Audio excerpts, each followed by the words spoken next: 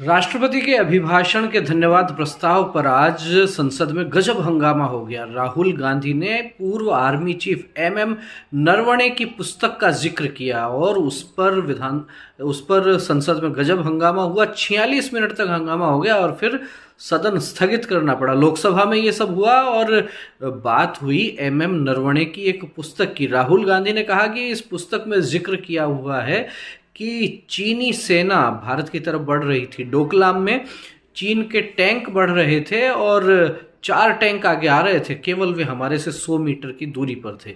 उसमें रक्षा मंत्री और प्रधानमंत्री का भी जिक्र है, ऐसा कहना है राहुल गांधी का। लेकिन जब वे बोल रहे थे तो रक्षा मंत्री राजनाथ सिंह खड़े हुए और उन्होंने कहा कि राहुल गांधी पहले ये स्पष्ट करें कि क्या यह पुस्तक प्रकाशित हुई है।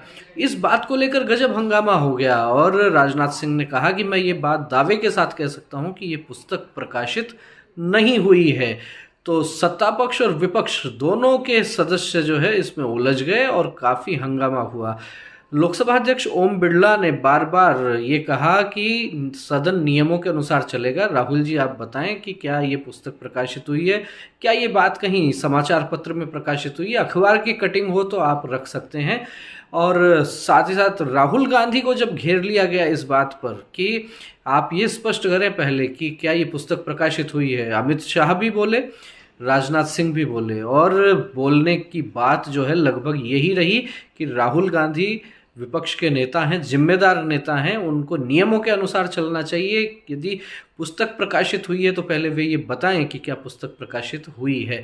इस पर राहुल गांधी ने कहा कि नहीं, ये पुस्तक प्रकाशित नहीं हुई, इस पुस्तक को प्रकाशित नहीं होने दिया गया।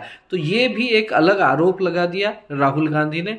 पूर्व आर्मी चीफ एमएम नरवणे की पुस्तक का वे जिक्र कर रहे थे, लेकिन बताया जा रहा है कि पुस्तक प्रकाशित ही नहीं हुई। जब पुस्तक प्रकाशित नहीं हुई तो फिर राहुल गांधी क्या पढ़ रहे हैं, इस पर एक बड़ा असमंजस हो गया। लेकिन चीन, डोकलाम, चीनी टैंक, रक्षा मंत्री और प्रधानमंत्री, इन तमाम बातों को लेके लोकसभा में गजब हंगामा हुआ।